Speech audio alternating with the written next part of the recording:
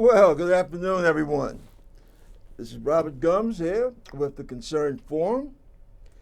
And as you know, our main job is to keep you informed about what's going on. And also, most importantly, why.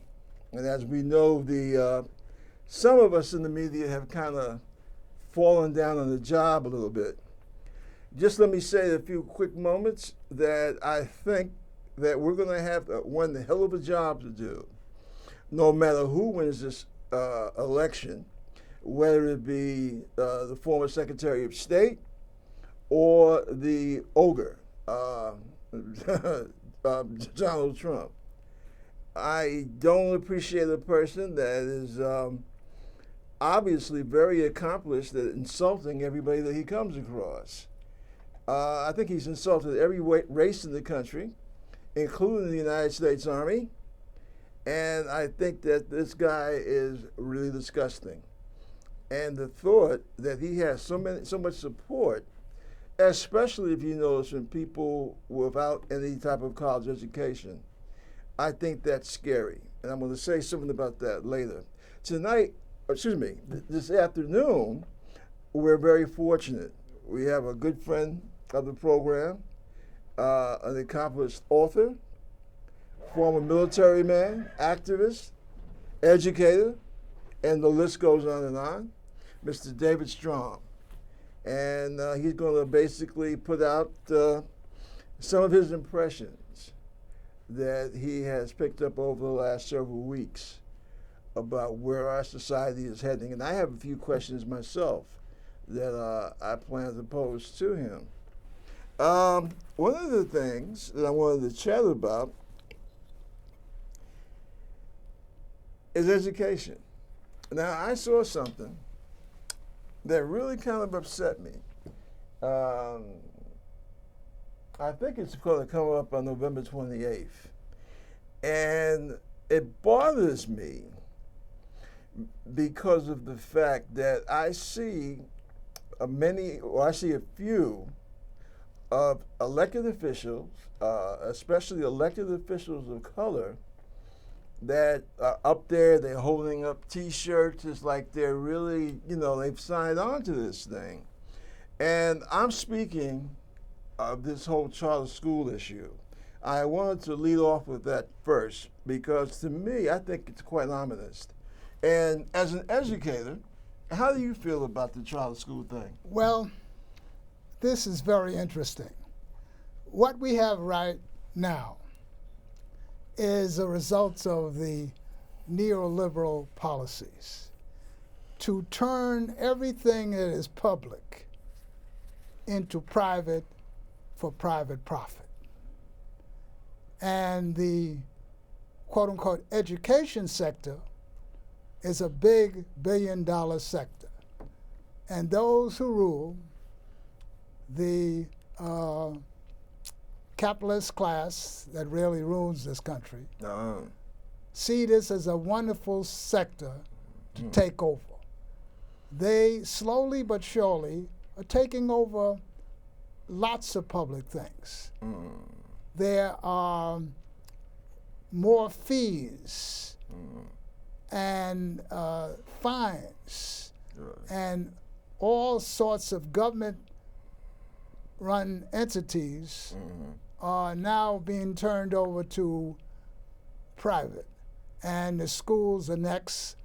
And the charter school movement is a part of this whole process of attacking the public schools, shutting them down, and turning them over to private entities with public money for private profit.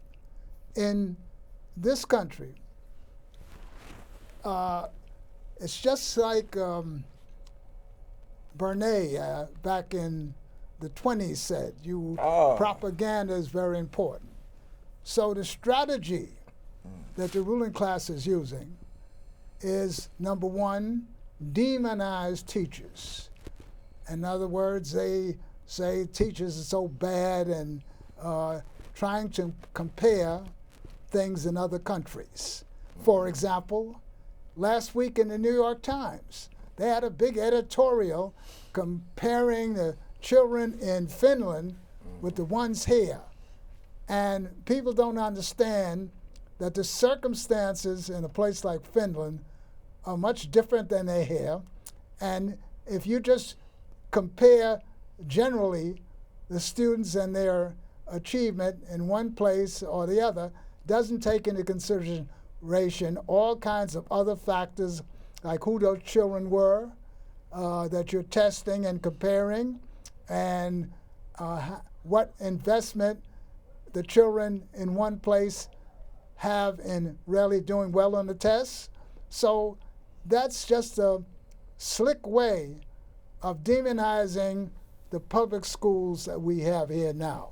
So this is part of the strategy. Demonize the teachers, take away their unions if possible, and make it harder for them to have a permanent job. In the charter schools, they work those teachers to death. They don't pay them as much, and that's what they want. They want to pay less, and they're going to accomplish that by destroying what you have. One of the worst things that happened here was when they turned over the public schools to the mayor, as they did in New York City. What viable upper class community where lots of European Americans live would they just turn over the schools to the mayor? Most communities have a school board and they operate the schools essentially in the interests of the community. Here, the people have no power anymore. They eliminated all the school boards. That's the worst thing that happened. The mayor should not control the school. The schools should be controlled by school boards in the community, and we don't have that anymore. Another tactic they've used is to work on a business model. They decided to break up old schools and say they're failing. I.e., that means, the teachers are no good. When that's not the case. What is the case is that in many places, they completely ignore social factors. They say nothing about poverty, homelessness, health conditions, the problems of the neighborhood, and the safety of the children, and all the trauma that the children go through living in poor communities.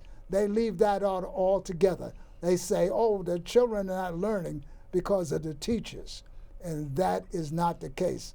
So we're just being taken in again, and now that neoliberalism is in full swing, and most of the political candidates seem to go along with that.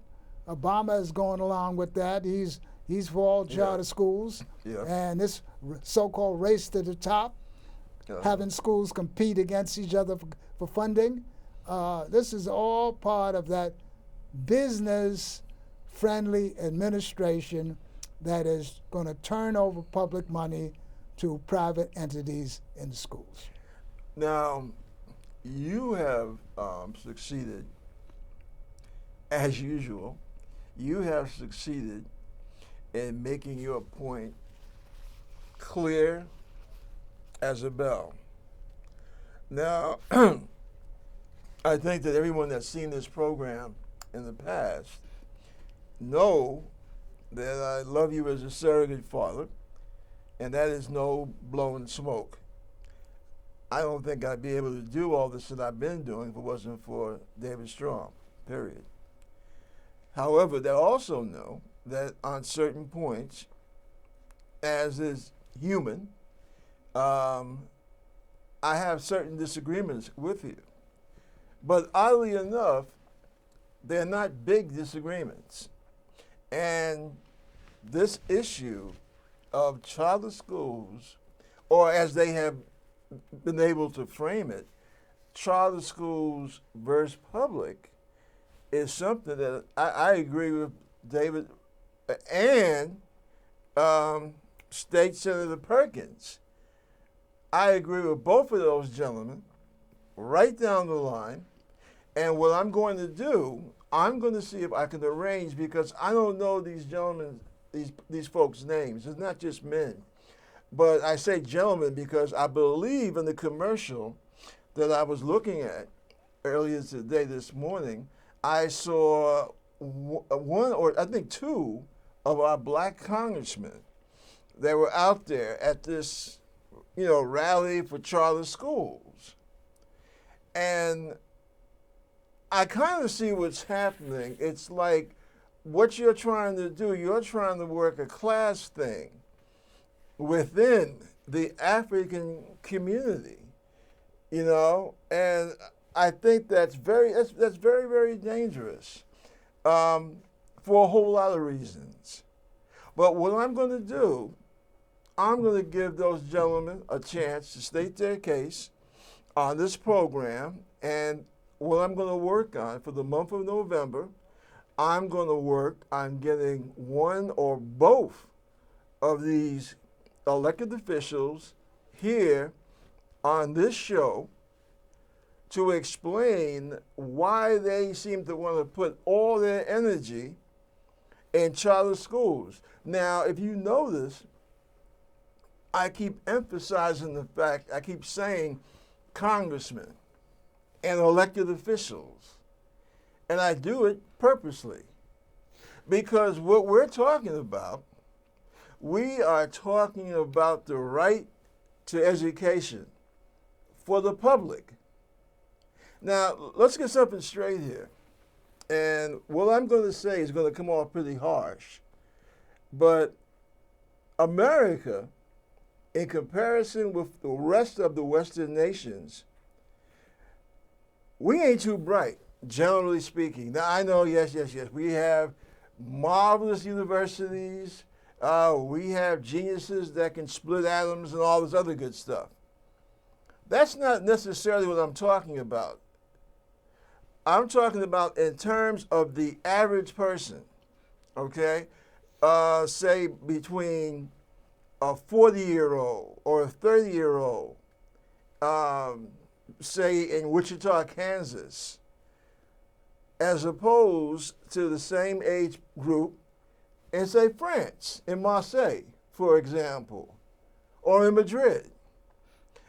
I tell you quite frankly, if you match up our college students here with college students over there, don't get the idea that we would just wax them out. See, the problem that we have, and I'm going to say something else that's pretty dangerous or offensive, and it's this. We have a piss-poor education system in the schools. We have a piss-poor general education in terms of the media.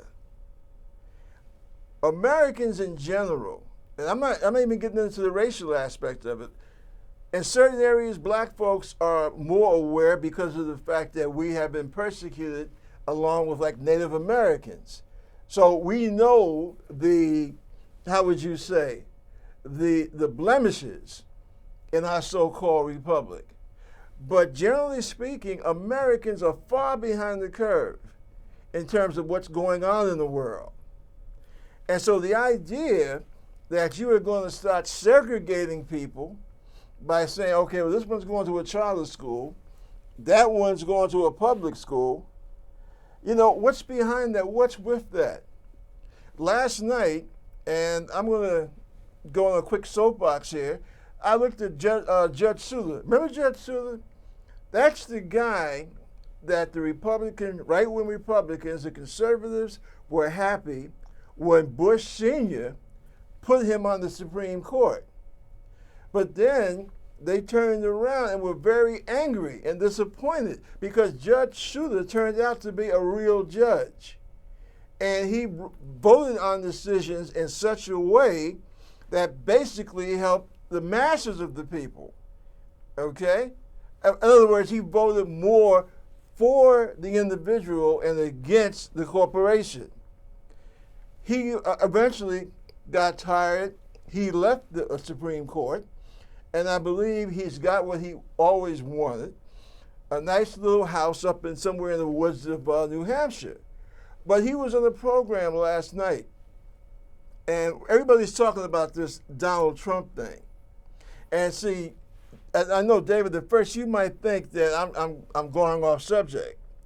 I'm not, because we're talking about education. And who is it that Trump gets most of his followers from? Uneducated, non-college, working class, again, not to be racial, but it's just the fact, non-college white males.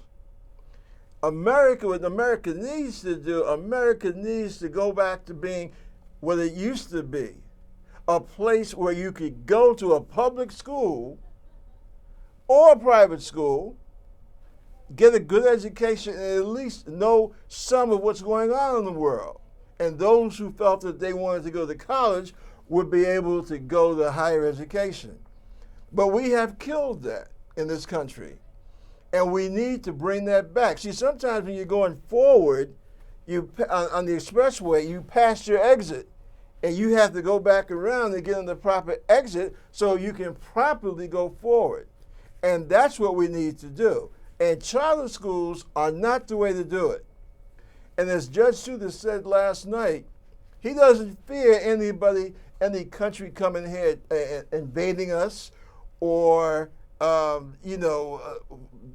basically foreign powers really trying to manipulate our government, our way of life, as we know the Russians are trying to do electronically. What he fears is the ignorance of the American people. And he quoted Jefferson. He said, the greatest threat to a republic is the ignorance of its people, because an ignorant people can never be free. So keeping that in mind, as a good citizen, education is something that, yes, you can go to college for free. Of course, you might have to teach 2 years after you get your degree or work in the forest or in the hospital or whatever. But we should be pushing education to everyone from 8 to 80. And the fact that people bring up this thing about charter schools and basically ignore public schools and even try to close them down, I think that's dangerous. And I think that I want to have these guys on the program so they can explain to me why me, as a citizen, why is government or certain sections of the government trying to say that I should support a private business entity when education is a public right? And that worries me. I can respond to that. Go ahead, please, my brother. There are a number of things here. First of all, the ruling class here, this is a country run by oligarchs and plutocrats, people at the commanding heights. They control essentially all the sectors of government, legislative, judicial, and executive. And their goal in this capitalist economy, this one in the USA, their number one goal is to make profit for themselves and their investors. The point is, what you're saying about the essentially ignorance of some people is just the way they want it. When you keep people ignorant, you can do what you want. Education, they don't really want education. They want training. And by that I mean they want the population, all the people, to fit in to their plan, where they make the huge profits off the work, labor, and resources in the country. And the people are, many of them are poor or near poor. There should be no poor people in this country. And when I listened to a politician recently, and this politician said that, we appreciate the diversity of the population. That's not true at all. that is not something that benefits the people. The diversity of population in this country is an excellent way to use the age-old strategy, divide and conquer. When you have a essentially homogeneous population, like some places in Europe and other places, you can't do the things that they do here. And the politicians, I want to say something about them. Most of them are bought and paid for. They don't represent the interests of the people.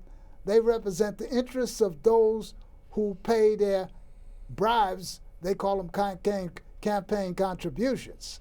So it's not surprising that politicians, no matter what quote-unquote race they're in, do behave in a certain way. They're going to do the things that those who rule want them to do, and that's the way they function. And people, when they're ignorant, the ruling class is happy. They want to divide the people, and that's what they do. So we have to drive that into people's minds and get to the point where people understand that the nature of the system is essentially to benefit corporations, financial institutions, and that's the way it is. And the new neoliberal policies they have now, they're expanding them, and charter schools is just part of it. Brother David, I hear what you're saying, and let me say also that when I have a guest on the Concerned Forum, they're here for the sole purpose of speaking their mind on whatever subject that we happen to be speaking on. It's not necessary that I have to agree with everything that was said. I will say that one of the big problems that we have in this country is that our political class, and I'm a person, I never like to stereotype. I've been around the world, and I know the danger that stereotyping can do. So I'm not going to stereotype, but I will say, generally speaking, our political class has given the impression to many folks in the working class that they're operating in the best interest of the goals of the upper percentile of this population.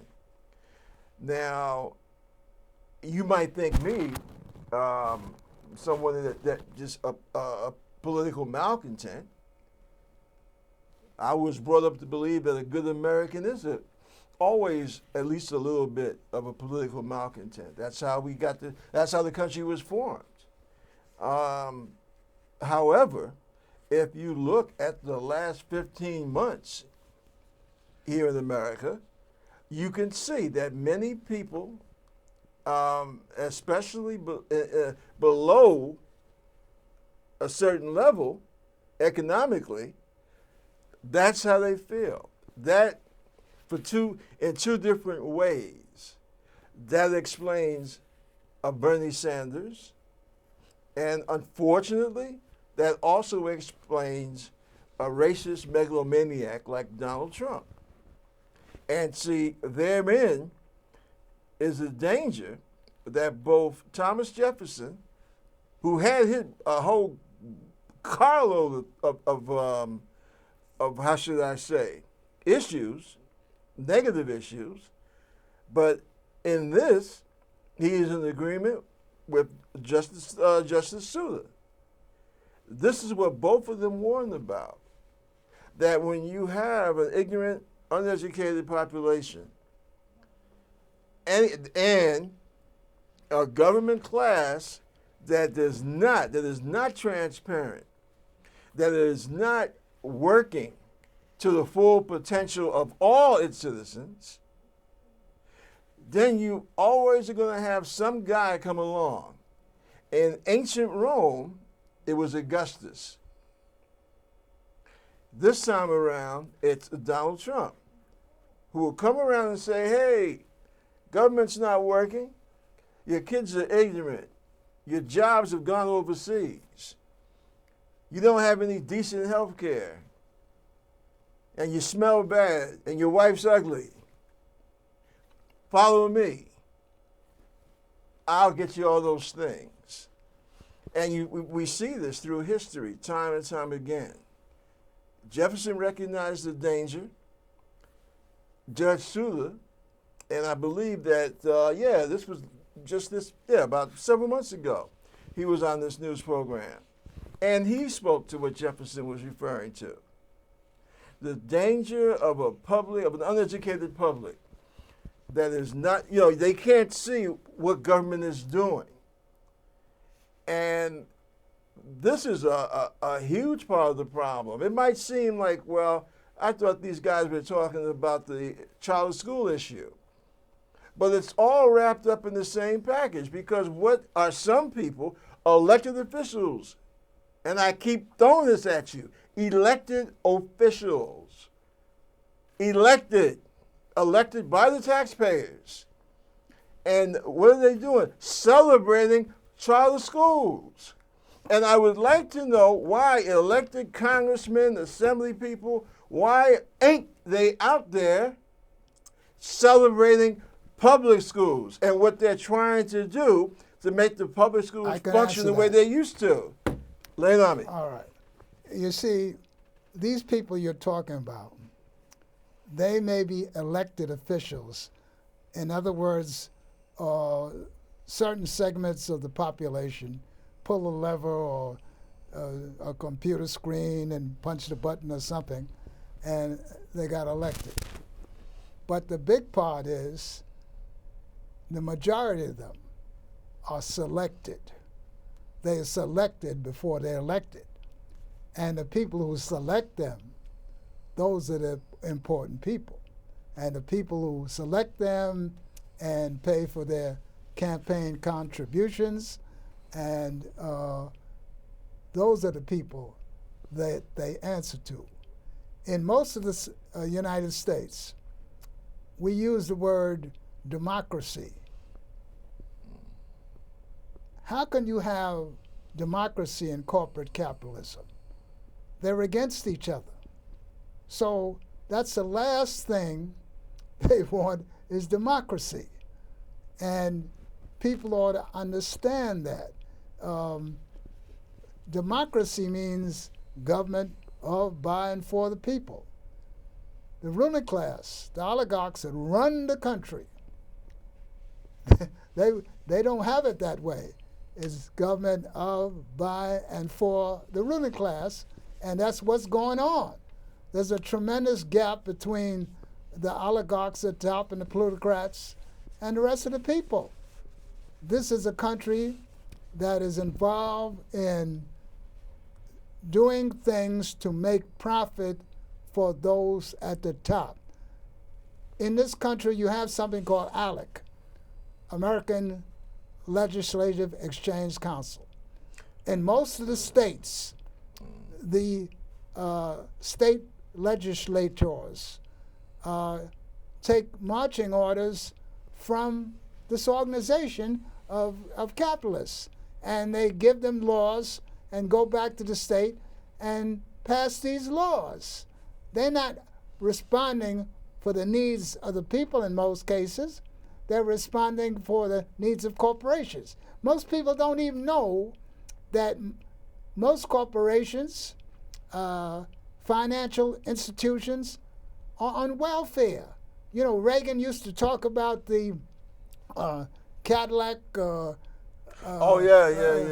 mom and all that sort of nonsense. The people on welfare are the people who have big businesses. If you look up some websites that are important, you can find out in every state in the country how much of a subsidy, how much of a tax forgiveness, and all the benefits that are given to corporations out of your tax money. And you must remember also that the lion's share of the budget, the federal budget, is going into military equipment, expenditures, and contractors. And that's also a welfare program for the manufacturers and the ruling class. They make a lot of money selling military equipment. That's a big business deal. Well, let me say, on that particular issue, that's something that I know a whole lot about. I spent 5 years as an intelligence technician. Out of the 11 I spent in the Navy, 5 were done with the Defense Intelligence Agency. They call it DIA in the White House and the Pentagon. And one of the big things, I would say, next to keeping up with what the Soviet Union at that time was doing, this is in the 80s, the mid-80s, the Reagan years, was the whole contractor deal, the billions that was spent. They talk about budget deficits, and well, we can't build new schools because we have to take care of the defense budget. Well, I can assure you, the defense budget was well taken care of. And I tell you, quite frankly, it used to annoy the hell out of me. I had to undergo a background check because I got what they call a cosmic top secret clearance. It went on for about a year.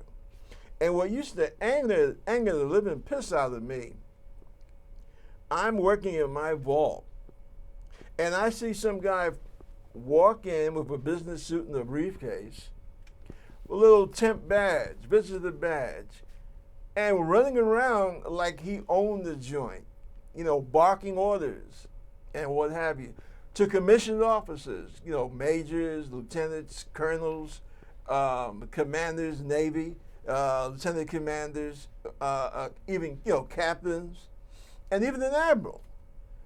And I finally asked somebody, who the hell is these guys? Who the hell these guys think they are?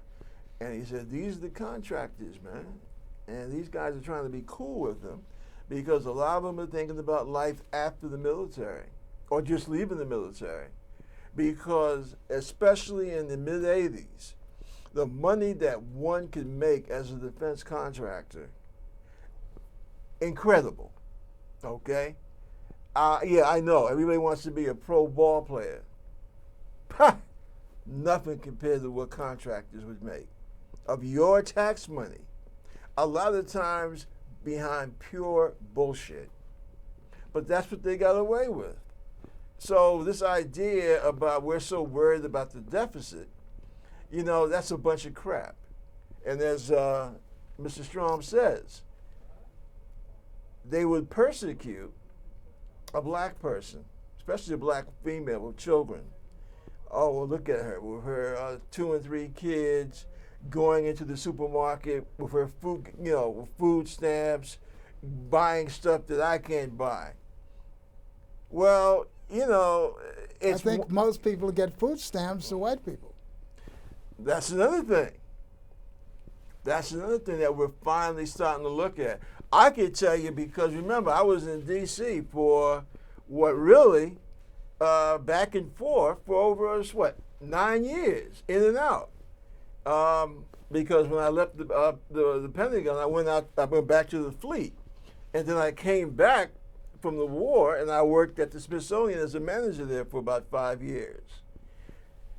And I know a whole state that would probably collapse, not probably, would collapse if you cut out food stamps. And we're not talking about black folks or Latino folks or Native American folks or Asian folks. We are talking about white folks, and that's the state of West Virginia. I have hardly ever seen poorer people than that except when I was stationed in Mississippi, okay?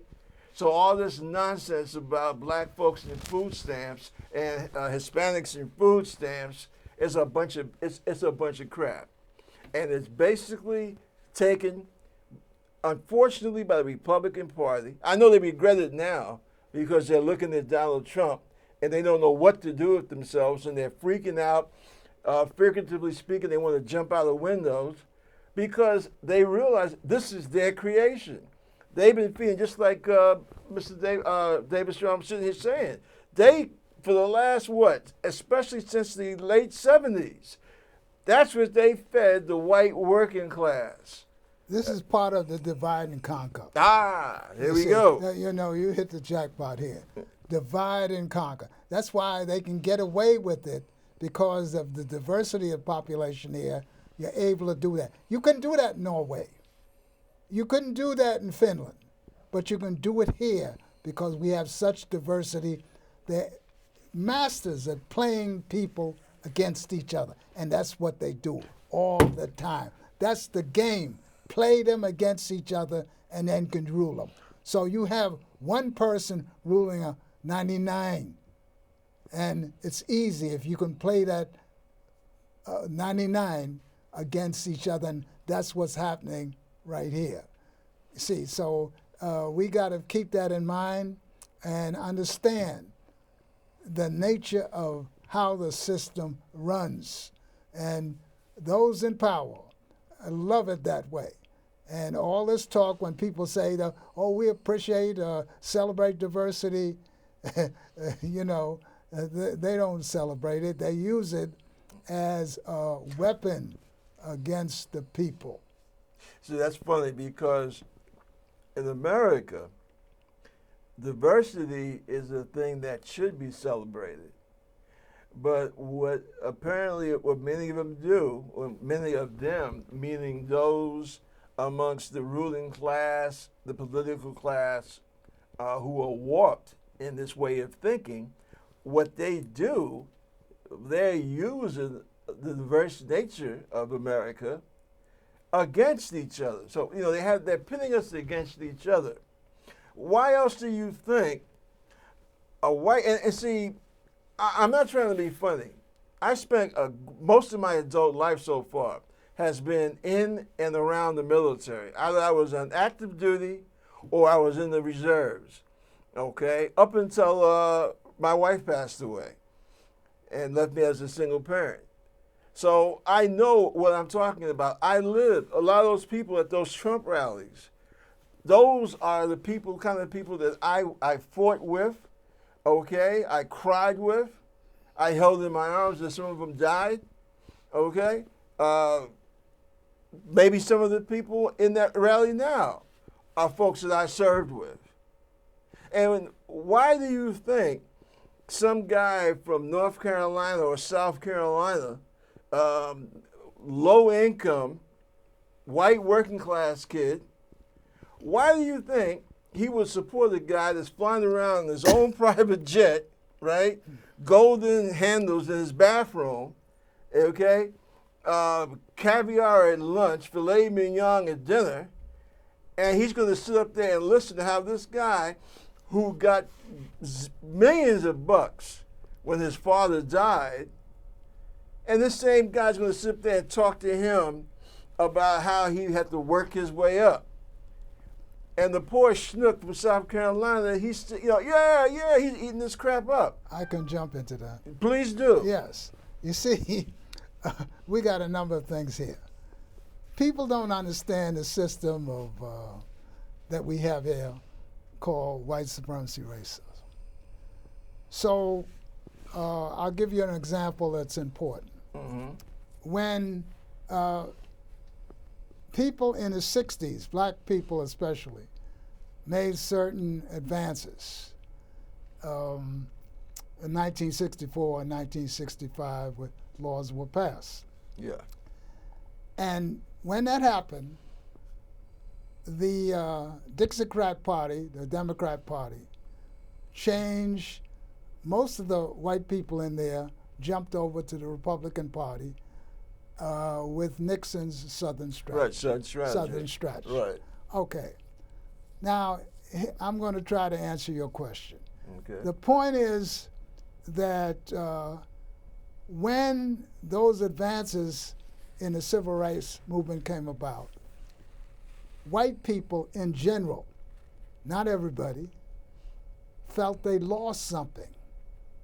They felt that elevating or being fairer to black people and giving them so-called affirmative action and so forth was a loss for them.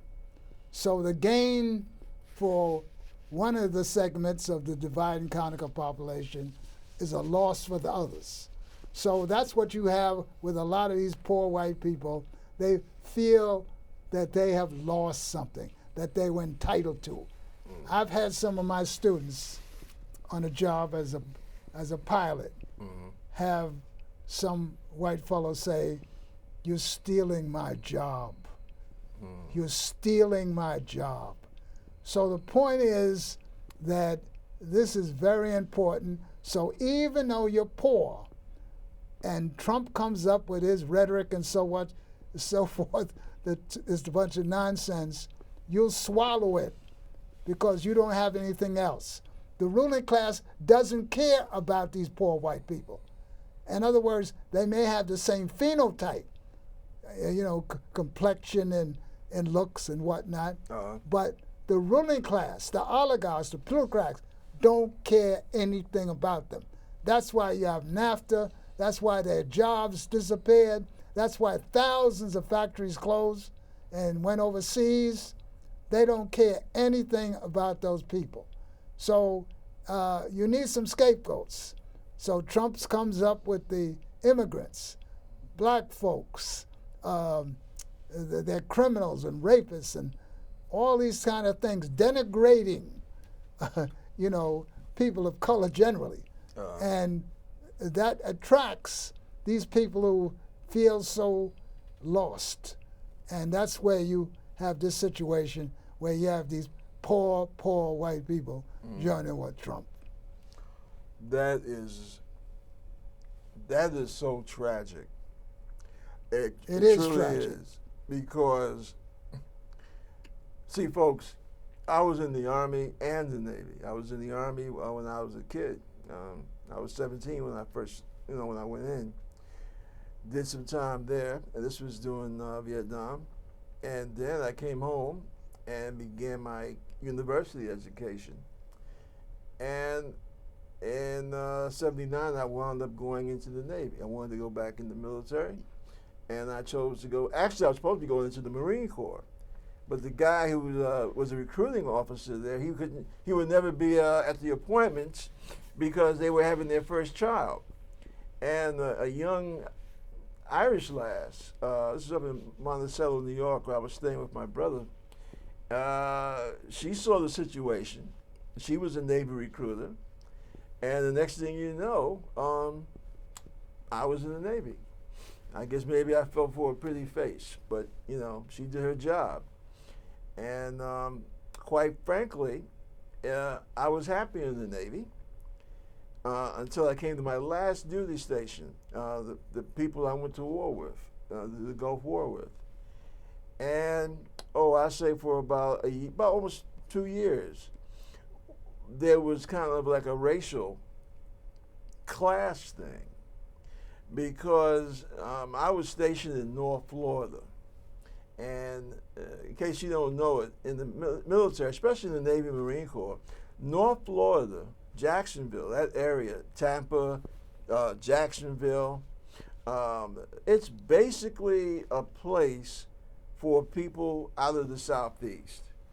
You have certain duties, you have certain classifications. If you're a yeoman, which is what I was, you had to spend X amount of time at sea, and then you could have X amount of time on land. And like a bonehead, I chose for my land choice, I chose North Florida. Could have had Scotland. If I had chosen Scotland, I'd probably still be in the Navy. But Jacksonville was not that great for my wife or myself. As a matter of fact, that's where I believe, God rest her soul, she contracted that illness. Because that's another thing about white working class Southern folk. Far too often they allow the powers that be in their area to turn where they live into a toxic waste dump, environmental pollution. And that's essentially the illness that my wife passed away from. And it was sad, really, because I found white guys who were basically from Alabama, Mississippi, Georgia, that's Alabama, Mississippi, Louisiana, that whole southern circuit. And what they would do, they would be someplace for a while. Then when they had a chance to pick their land station, they would pick North Florida because it was in close proximity to the whole Southeast thing. And these guys were jealous of me. I would say envious. I was this, this is my show. I was a smart-ass nigger. Why? Because I had already had some colleges. Well, no, as a matter of fact, I was about a year away from having my bachelor's degree, and I have been in the White House and the Pentagon. Most of those guys have an inherent fear or distaste of being around, quote unquote, the big people. And the fact that you had an educated black man who not only served at the White House and the Pentagon, and not just survived, but actually tried. When I left, I had commendations from the chairman of the Joint Chiefs and what have you. And it made for some pretty touchy situations, quite frankly. But, after a while, we had a new skipper, two new skippers come on one after the other. And a lot of the racial mess was basically, squashed. And I tell this story because I want people to understand these are the kind of people that are attracted to Donald Trump. I would like to get them in a room, especially those who are prior military, and ask them, why are you going to support a guy was a draft dodger doing NOM 6 times, not once or twice, 6 times? You worked hard, your people worked hard, and this guy made his money off the sweat of people like you. But yet, you're going to support this guy. Now, I understand how you may feel about Hillary and the Democrats, but let's have some sanity here, for God's sake. This man prided himself on snatching, on taking away from folks like you. Mm-hmm. And yet, you supported him because somehow you feel that by supporting him, you're somehow stopping me. Aren't we both Americans? Aren't we both on the same team? What gives here? Go, my brother. This is interesting. What you're saying, I know it's true. But you have to really look at the system and the strength of this invention in this country, starting, mostly back in the 15th century, of white supremacy racism. What you have is a situation where the ruling class has been so successful in inoculating people with this, white people with this concept of white supremacy racism, that what you get is something that doesn't make sense. It's not reasonable. The so-called white people and so-called people of color and black people should be together against those who are ruling them, because the people at the top don't have real interests in their welfare. So, that's the situation. So no matter what you say when you try to bring this up to them and talk to them about how terribly ignorant that is, it gets nowhere. They still go along with it. It gets lost in the sauce. That's it. One of the things, or I should say the thing that I hate when you come on this show is that it's supposed to be about 58 minutes, but once I get started and, listening to you, I am so tempted to just say, well, the hell with everybody else. The studio has now been taken, like back in the 60s, this studio has now been taken over by David Strahan, period. Because we can talk, man, for like days on this subject. Mm-hmm. But, I believe that you have the right of it. And as I get ready to shut down for today and bid everybody a good afternoon, two things. One, I did mention the fact that Mr. Strong here is also a veteran of the United States Air Force. Number two,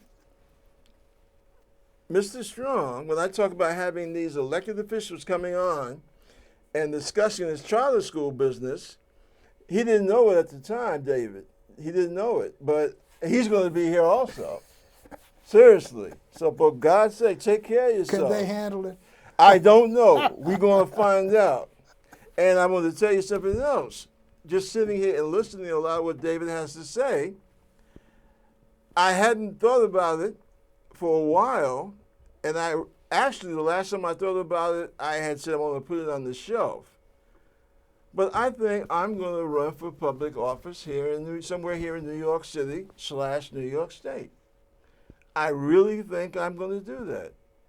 Just by listening to him and what he says and how he shapes the problem. Because it's something that needs to be said. We need to have people that are going to stand up and stop the powers that be from dividing us. Now, I only have about 2 minutes left. And I just would like to say that this has been one hell of a year. And this has been one hell of a presidential campaign. And I think it's been the one good thing about this campaign, and let's face it, we all know what I'm talking about. We're talking about Donald Trump. The one good thing about him running is that he's been, unfortunately, like a mirror, not just for the Republican Party, but for the American people. This is the problem up big. And we see it, and we have to start, we must find the courage to deal with it. South Africa had the courage to work on their problems. We in America must begin to do the same thing. We have to recognize what the problems are. Listen, this has been great, and much more to come. And this is Robert Gums, bidding you a good evening.